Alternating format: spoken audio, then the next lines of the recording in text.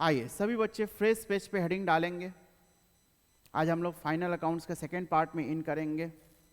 Heading डालिए financial statement.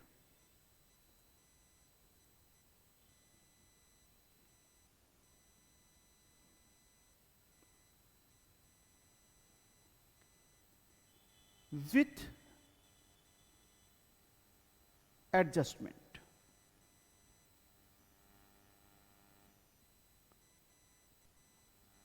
सभी बच्चे फ्रेश पेज पे हेडिंग डालेंगे फाइनेंशियल स्टेटमेंट विथ एडजस्टमेंट। अभी जो हम इस चैप्टर्स में नई बात करने वाले हैं वो नई बात हमारी ये वर्ड एडजस्टमेंट की है। आप फाइनेंशियल स्टेटमेंट टॉपिक से आप बखूबी अवेयर हो चुके हैं। उसमें आप लोगों ने trading account, profit and loss account और बैलेंस शीट बनाना सीखा है। आइटम्स का बाइफर्गेशन करना आप लोग को आ चुका है। लेकिन अब उसमें हम लोग कुछ एडजस्टमेंट्स की बात करने वाले हैं। आइए, ये वर्ड एडजस्टमेंट का क्या सेंस है, क्या रोल है, जरा पहले हम लोग इस बात को समझेंगे। जैसा कि आपको पता है कि हम अपने फिर से अकाउंटिंग प्रोसेस की बात करें तो अकाउंटिंग प्रोसेस का हमारा पहला स्टेप, ट्रांजैक्शंस तो चलो गिवन होते हैं। पहला स्टेप आप शुरू जर्नल से करते हो। जर्नल से फिर हम लेजर करते हैं। लेजर से फिर हम ट्रायल बैलेंस करते हैं और ट्रायल बैलेंस से हम फाइनेंशियल स्टेटमेंट तक पहुंचते हैं। यह सफर होता है। Step 1 journal, step 2 ledger, step 3 trial balance and the final step is financial statement.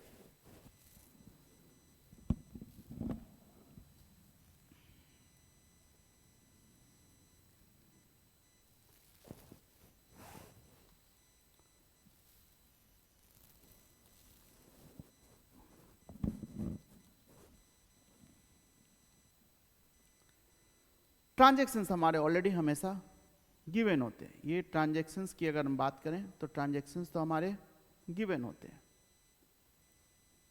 तो देखिए, यहां तक पहुंचने के लिए सफर की शुरुआत आपकी यहां से होती है और ये सफर चलते चलते चलते चलते चलते चलते चलते चलते कहां पहुंच जाता है? फाइनेंशियल स्टेटमेंट तक पहुंचता है। इट मींस कि फाइनेंशियल स्टेटमेंट में अगर कोई भी आइटम रिकॉर्ड हो रहा है तो यह तय है कि पहले उसकी जर्नल एंट्री हुई होगी। जर्नल से ही वो लेजर में आया होगा, लेजर से ही वो ट्रायल बैलेंस में आया होगा और वो फाइनेंशियल स्टेटमेंट तक पहुंचा। जैसे आप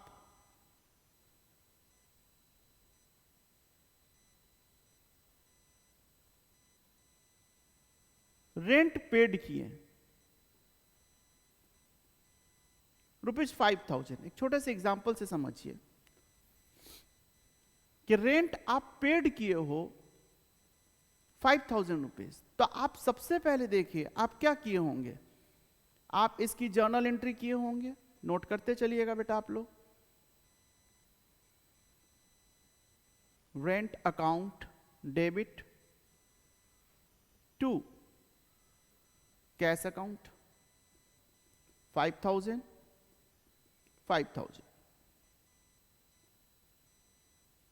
being rent paid।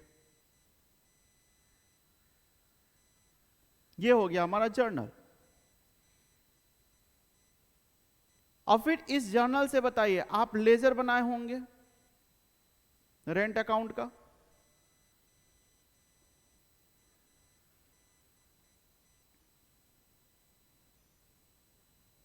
लेजर में आया होगा। मैं पूरी फॉर्मेट नहीं खींच रहा हूं, पर्टिकुलर अमाउंट बस केवल ले रहा हूं। टू कैश अकाउंट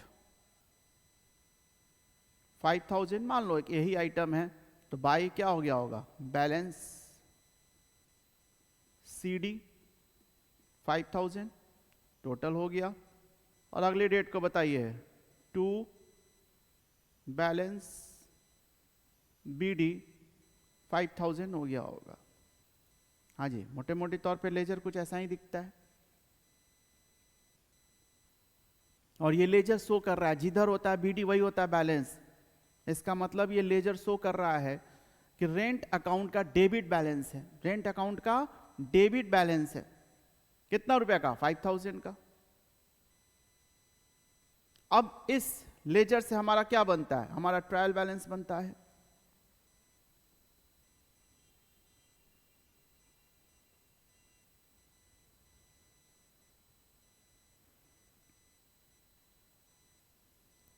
और इस ट्रायल बैलेंस में ये हेडिंग्स में रहता हमारा particulars amount debit, amount credit, rupees. यहां पे बताइए, अगर मैं लिख दूंगा रेंट अमाउंट, बताइए 5000 किधर चला जाएगा, डेबिट साइड चला जाएगा। बाकी और भी चीज होंगे, नोट करिए फटाफट बेटा इसको।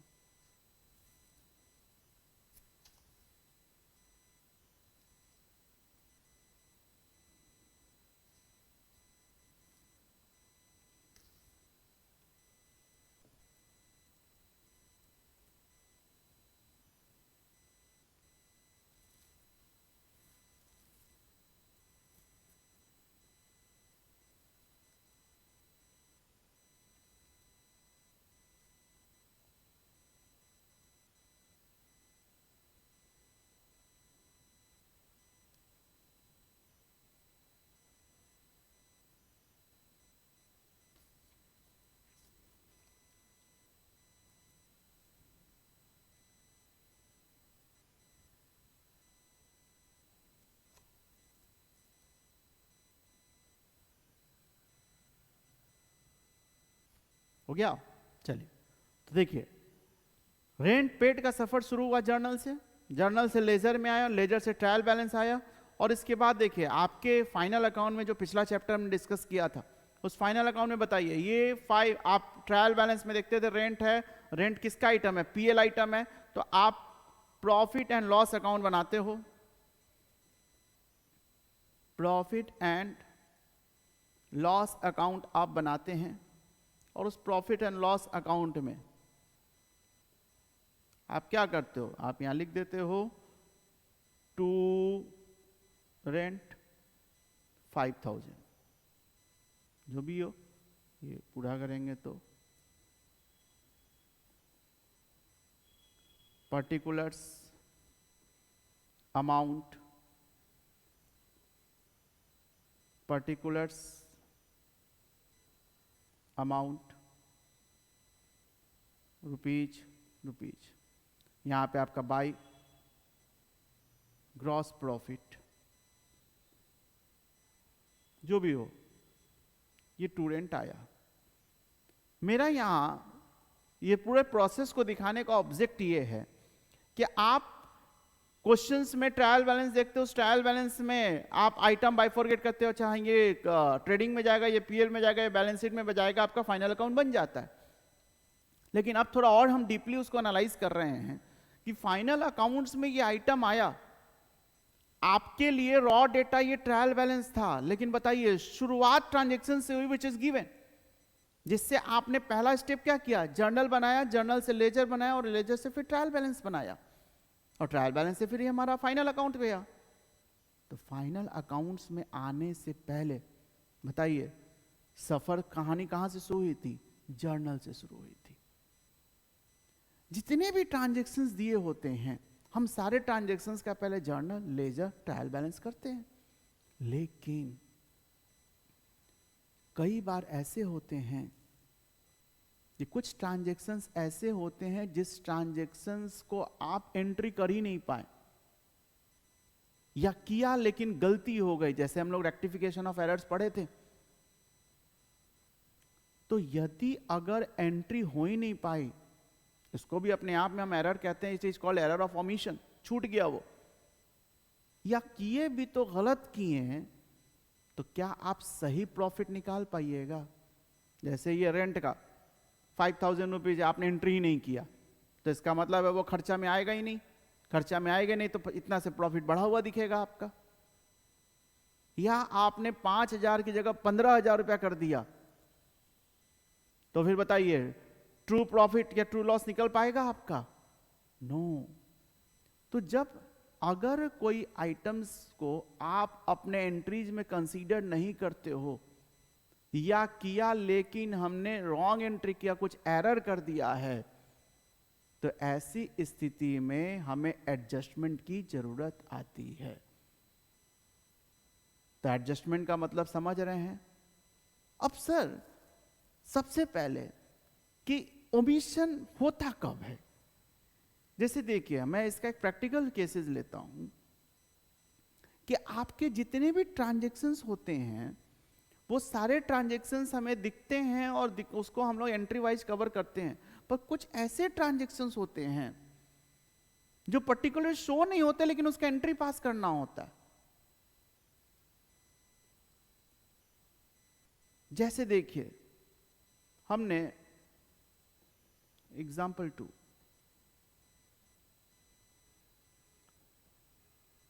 परचेज किया मशीनरी ₹50,000 का, तो जब आप मशीनरी को परचेज किए होंगे 50,000 का, उस समय तुरंत आप एंट्री पास किए होंगे क्योंकि ट्रांजैक्शन शो हो रहा है, दिख रहा है, जर्नल एंट्रीज।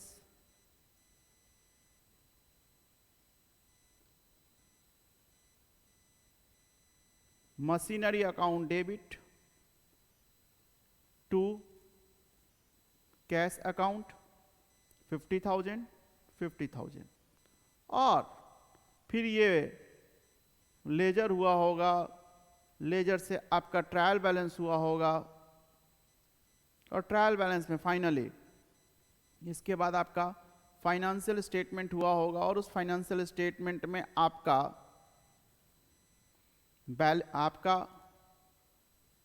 बैलेंस शीट बना होगा। उस बैलेंस शीट में आप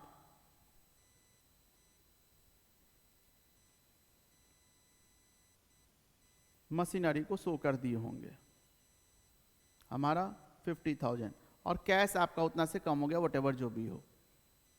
ये तो ट्रांजैक्शन हुआ, दिखा, नोट करते चलना बेटा इसको।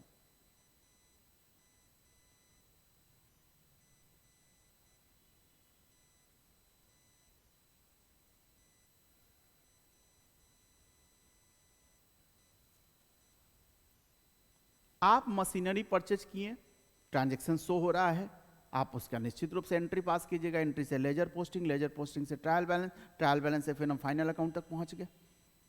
फाइनल अकाउंट में ये आपके बैलेंस शीट में दिखता है आपका 50,000, लेजर ट्रायल बैलेंस पता है आपको करने आता है, मैं डायरेक्ट वहां तक पहुंच गया। लेकिन आइए मैं एग्जाम्पल के रूप में बात कर रहा हूं कि ये मशीनरी पे मेरे को 10% डेप्रिसिएशन चार्ज करना है एवरी ईयर, पढ़ा था आप लोगों ने डेप्रिसिएशन। तो अब मैं इस मशीनरी पे depreciation charged on machinery at the rate 10% per annum on SLM basis, जो भी हो। तो ध्यान दीजिएगा यहां पे कि ये जो डेप्रिसिएशन चार्ज हो रहा है 10% per annum on SLM basis, क्या ये ट्रांजैक्शन शो हो रहा होगा? देखिए जब हम मशीनरी खरीदते हैं, हम रेंट पे करते हैं, हम सैलरी पे करते हैं, हम गुड्स परचेज करते हैं, गुड्स सेल करते हैं, तो ये सब एक्टिविटीज होती है, और एक्टिविटीज होती है तो वो ट्रांजैक्शन में सीन होता है, हम एंट्रीज पास करते हैं, एंट्री से ledger posting, trial balance, final account तक बात पहुंच जाती है। लेकिन मशीनरी खरीद कर ले आए, अब इस पे at the end of the year मुझे 10% का डेप्रिसिएशन चार्ज करना है। तो ये चीज आपको ध्यान में रखना पड़ता है और एंड में एंट्री पास करनी होती है। लेकिन बाई मिस्टेक होता क्या है, जो ट्रांजैक्शन सीन में है दिख रहे हैं वो तो मैं एंट्री पास करते जा रहा हूं, लेकिन बताइए डेप्रिसिएशन चार्ज करना, क्या ये एक ट्रांजैक्शन सीन होता है क्या? नहीं नहीं, सीन में क्या है, वो तो मशीनरी खरीदा है वो सीन में है।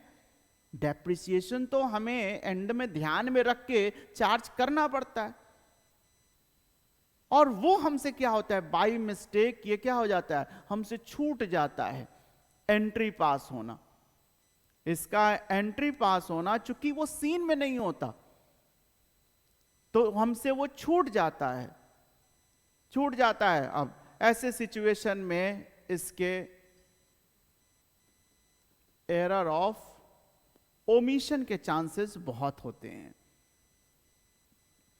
एरर ऑफ ओमिशन के। तो कैसे कोई एडजस्टमेंट की जरूरत पड़ती है वो अभी हम आपको एग्जाम्पल के रूप में, आज चैप्टर में शुरू नहीं कर रहा हूं, पहले चैप्टर का इंपॉर्टेंस, एडजस्टमेंट वर्ड को कैसे हम हैंडल करते हैं और क्यों इसकी जरूरत है, पहले वो समझिए आप लोग। सवाल बनाना हमारे लिए हमारा ऑब्जेक्ट केवल नहीं होना चाहिए, उसको प्रैक्टिकल कोरिलेशन करना वो हमारा ऑब्जेक्ट होना चाहिए। तो एडजस्टमेंट की जरूरत समझ आ रही है कि कैसे ये छूट जाता है, क्योंकि ये तो सीन में है नहीं। सीन में तो आपने मशीनरी खरीदा वो है, तो उसकी एंट्री तो पास हो गई, बैलेंस शीट तक पहुंच गया, लेकिन एंड में डेप्रिसिएशन चार्ज करना था, ये कोई ट्रांजैक्शन के रिकॉर्ड में लिखा हुआ तो है नहीं, ये तो ध्यान में रखना था, मिस हो गया हमारा। अब आइए एक और एग्जांपल लेते हैं, एरर ऑफ ओमिशन हो गया, इसमें फिर हमारा क्या होता है, एडजस्टमेंट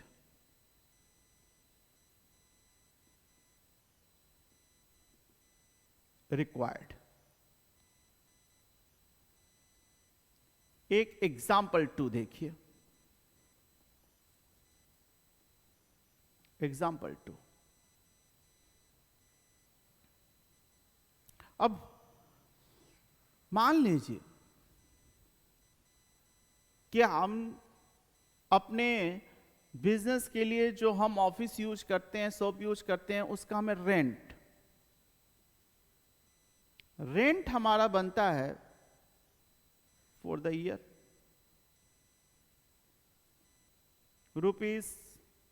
₹10,000 का। लेकिन इसमें हुआ क्या कि हम इसके लिए रेंट पेड किए ₹8,000, 8,000 रुपए का रेंट पे किए हैं। चूंकि हमारे पास सफिशिएंट फंड अभी नहीं था, इसके कारण हम 8,000 रुपीज ही पे कर पाए, हम 10,000 नहीं कर पाए। व्हाट इट मीन्स, इसका मतलब क्या हो गया, आपका रेंट आउटस्टैंडिंग बकाया हो गया ₹2,000, 2,000 का बकाया हो गया। अब ये दोनों की एंट्री पास होनी चाहिए, आपकी ये दोनों की जर्नल एंट्री पास होनी चाहिए। अब इसका जर्नल एंट्री, चूंकि जिस हम रेंट पे कर रहे हैं जिस समय, उस समय 8,000 रुपए हम पे कर रही है, ट्रांजैक्शन सीन है, तो हम उस समय उसकी एंट्री पास कर देते हैं कि हाँ rent account debit to cash account 8,000 8,000। लेकिन बताइए रेंट आउटस्टैंडिंग का भी जर्नल एंट्री ये कब पास होता है, तो ये आपका at the end of the year, at the end of the year, साल के अंत तक उम्मीद होती है पैसे आएंगे हम पे कर देंगे, लेकिन अंत तक अगर हम पे नहीं कर पाए तो हमें इसकी भी एंट्री लेनी होगी। और इसकी एंट्री बताइए, rent account debit to rent outstanding 2,000 ये पास करना होगा, नोट कर लीजिए बेटा।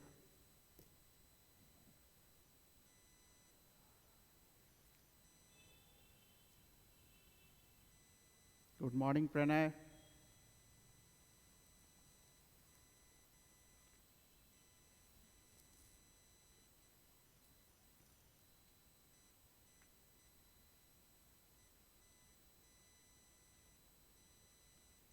तो देखिए रेंट हम पे कर रहे हैं इस साल 10,000 रुपया एक्रूअल बेस है, इतना तो रेंट हमारा पे करना है, लेकिन हुआ कितना पे, तो 8,000 ये ट्रांजैक्शन सीन होगा। हम 8,000 रुपये जब देंगे तो रेंट पेड हमारा रिकॉर्ड आएगा, हम उसकी एंट्री पास कर लिए, लेकिन 2,000 बकाया रह गया। अब ये बकाया रह गया, एंड तक अगर बकाया रहा तो साल के अंतिम दिन ये एंट्री हमें पास करनी होती है। और इस तरह से हमारा रेंट 10,000 आएगा, रेंट डेबिट होगा दोनों का। रेंट अकाउंट अगर हम बनाएंगे तो 2 कैश और 2 रेंट आउटस्टैंडिंग, जैसे ये हो गया, नोट कर लिया। चलिए तो अब इसी का देखिए, अब मैं अगर रेंट अकाउंट बनाऊंगा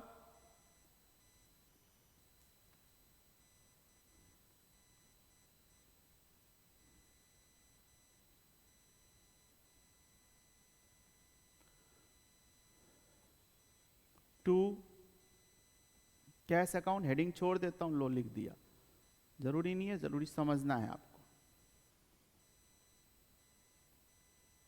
particulars amount, particulars amount rupees to cash account, बताइए 8,000। ये जर्नल से मैं लेजर पोस्टिंग कर रहा हूं रेंट अकाउंट का, इसका हो गया। रेंट आउटस्टैंडिंग का देखकर रेंट टू रेंट आउटस्टैंडिंग, ये सब एंट्रीज हम लोगों ने जर्नल में पढ़ा हुआ है। टू रेंट आउटस्टैंडिंग कितना 2,000। और इस तरह बताइए बाय बैलेंस सीडी, बताओ टोटल करो 10,000 10,000 10,000 टू बैलेंस बीडी 10,000। और इस तरह से जब हम ट्रायल बैलेंस बनाते हैं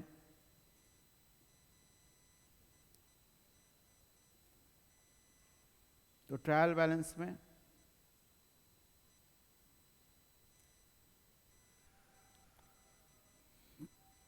रेंट लिखेंगे डेबिट साइड में, ये डेबिट है ये क्रेडिट है। अमाउंट कितना आ जाएगा, ये बैलेंस बीडी यही वाला अमाउंट आएगा 10,000, डेबिट बैलेंस होता है, यही वाला अमाउंट आ जाता है। और इस तरह से आप जब प्रॉफिट एंड लॉस अकाउंट बनाते हैं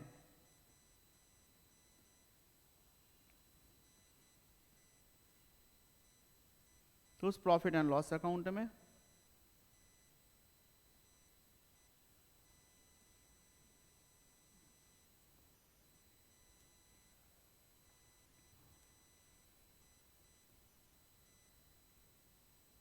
particulars amount, particulars amount, यहां पे 2 रेंट लिखते हैं 10,000। ये पूरा प्रोसेस होता है, नोट कर लेंगे बेटा इसको।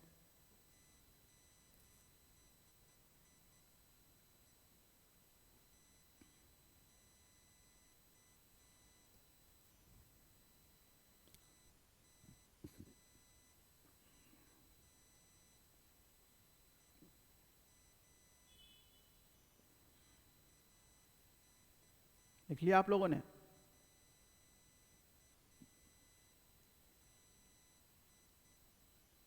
तो देखो ध्यान से,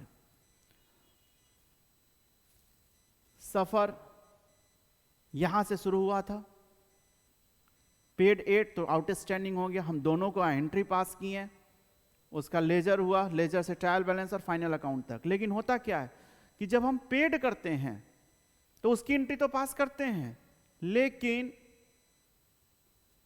आउटस्टैंडिंग ये तो बकाया है एंड ऑफ द ईयर। बताओ बेटा, इसको ध्यान में रखना होता है कि जो भी बकाया है उसको भी एंट्री पास करना है। अब वो भूल जाते हैं हम, पेड किया वो तो रिकॉर्ड में होगा, लेकिन ये भूल गए। अब भूल गए, हम क्या कर दिए हैं, यहां पे भी एरर ऑफ हम ओमिशन कर दिए, रिकॉर्ड नहीं कर पाए। अब अगर आप रिकॉर्ड नहीं कर पाए तो इसका इफेक्ट क्या होगा कि आपका ये लाइन नहीं दिखेगा, ये लाइन नहीं दिखेगा, तो बताइए इसका मतलब ये बैलेंस 8000 ही हो जाएगा, ये भी आपका 8000 हो जाएगा, जिससे बताइए ये 8000 और इससे बताइए यहां पे 8000 और यहां पे फिर 8000, तो रेंट कितना दिख रहा है, 8000 रुपया। दिखना कितना चाहिए था बताओ, समझ आ रहा है, दिखना कितना चाहिए था इसमें 10,000, लेकिन गलती क्या की है हम ये रिकॉर्ड करना भूल गए, छूट गया हमसे। और छूटने का लॉजिक भी समझिए कि हम रेंट पे कर रहे हैं तो वो ट्रांजैक्शन सीन है, दिख रहा है मुझे, तो मैं 8000 रुपया पे कर रहा हूं, उसको तुरंत मैं ट्रांजैक्शन में ला रहा हूं, ट्रांजैक्शन से एंट्रीज पास कर ले रहा हूं। लेकिन जो 2000 रुपया बकाया है उस समय अच्छा हम दे देंगे, अरेंज करेंगे, पता चला करते करते एंड ऑफ द ईयर आ गया, हम नहीं दे पाए। अब नहीं दे पाए तो वो ट्रांजैक्शन सीन में तो है नहीं, ये ध्यान में रखने वाली बात थी, जैसे डेप्रिसिएशन था हमारा, उसी तरह से देखो ये ध्यान में रखने नहीं, अच्छा यार वो चीज दिमाग में आया नहीं, पता चला हम पैकअप कर दिए अपना अकाउंट को और ये आउटस्टैंडिंग आया नहीं। अब आया नहीं तो बताइए आपके खर्चे में वो रेंट को एक्रूअल बेसिस पे, जिस साल जितना आपका खर्चा होता है ये एक्रूअल बेसिस पे, एक्रूअल का मतलब कि जो उदय हो गया चाहे वो पेड हुआ या नहीं हुआ, आपको उसको खर्चे में लेना होगा, उधार या नगद दोनों को कंसीडर करना होता है। तो यहां पे 10,000 आना चाहिए था, आया 8,000, तो 2,000 खर्चा आप कम ले रहे हो, खर्चा कम ले रहे हैं, तो बताइए ऐसे सिचुएशन में प्रॉफिट 2,000 रुपया से बढ़ा हुआ दिखेगा या नहीं दिखेगा। तो यहीं पे हमें एडजस्टमेंट की जरूरत होती है, क्योंकि ट्रायल बैलेंस तो 8,000 शो कर रहा है। तो अब हमें दिखेगा कि sum of the adjustment which is seen outside the trial balance, which is shown outside the trial balance, trial balance के बाहर से ये होता है। एक छोटा सा आइटम क्लोजिंग स्टॉक तो हम लोग देख के भी आए हैं, ऐसे ऐसे अभी बहुत सारे आइटम्स आने वाले हैं, तो उन्हीं को रिकॉर्ड करना है हमें अपने फाइनेंशियल स्टेटमेंट में कि ट्रायल बैलेंस के बाहर कुछ आइटम्स दिखेंगे, कुछ इंफॉर्मेशन दिखेंगे, वो इंफॉर्मेशन एज एडजस्टमेंट आपको दिया जाता है। वो बाहर दिखने का मतलब ही क्या है कि उसको रिकॉर्ड में नहीं रखा गया, रिकॉर्ड में आ जाता तो वो ट्रायल बैलेंस के भीतर होता, लेकिन रिकॉर्ड में नहीं आ पाया तो वो ट्रायल बैलेंस के बाहर दिख रहा है। तो बाहर दिख रहा है तो जब हम फाइनल अकाउंट बनाते हैं तो उस बाहर वाले आइटम को भी हमें ध्यान से कंसीडर करना होता है एज अ एडजस्टमेंट। और वही कैसे कंसीडर करेंगे हम लोग वो इस चैप्टर में देखने वाले हैं। तो बताइए इस चैप्टर का ऑब्जेक्ट समझ आ रहा है, इंपॉर्टेंस समझ आ रहा है कि अगर आप इस एडजस्टमेंट को हैंडल करना नहीं सीखें तो पता चला कि आप केवल ट्रायल बैलेंस के अंदर जो आइटम है उसको रिकॉर्ड कर ले रहे हैं अपने फाइनल अकाउंट में। अब रिकॉर्ड करना था तो ये कैसे दिखता है वो मैं आपको दिखाता हूं कि इसका दिखेगा कैसे। तो आपके पास जो क्वेश्चन होगा वो ट्रायल बैलेंस दिया होगा और ट्रायल बैलेंस में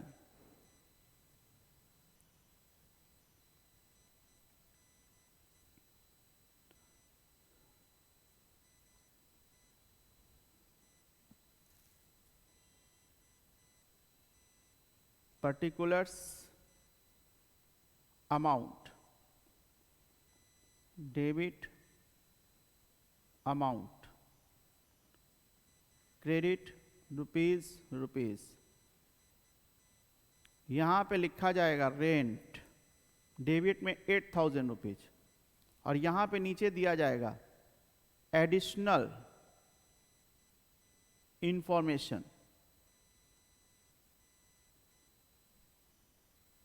उसी में पहला, ऐसे और भी बहुत सारे आइटम हो सकते हैं, एक आइटम हम दिखा रहे हैं rent outstanding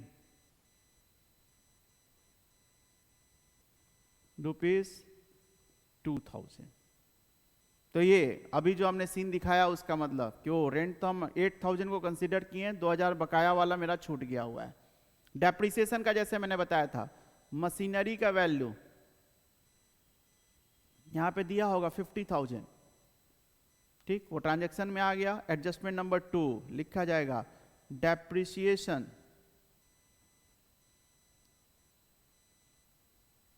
charged on machinery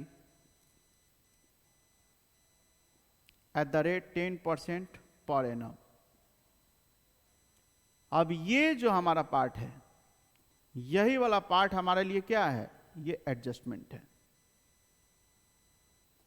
आज मैं बिल्कुल नहीं बता रहा हूं कि इसको फाइनल अकाउंट में कैसे ट्रीट करना है, अभी प्रॉपर समझो। तो चैप्टर को अभी हमने शुरू भी नहीं किया है प्रॉपर, लेकिन जब तक उसकी जरूरत, उसका इंपॉर्टेंस, उसका ओवरव्यू, आपको ऑब्जेक्ट समझ नहीं आएगा, तब तक केवल क्वेश्चन आंसर करना हमारा वो प्रायोरिटी नहीं होता, वो ऑब्जेक्ट नहीं होता। आपको समझ आना चाहिए कि ये एडिशनल इंफॉर्मेशन में क्यों आया, इसके एडजस्टमेंट करने की जरूरत क्यों पड़ी।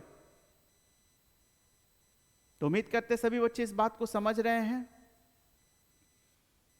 तो एडजस्टमेंट में हम यहां देखते हैं कि true profit and loss calculate करने के लिए, बैलेंस शीट में एसेट्स और लायबिलिटी के सही पोजीशन बताने के लिए जितने भी आइटम्स होते हैं, वो सारे आइटम्स को ट्रू एंड फेयर मैनर में कंसीडर करना होता है।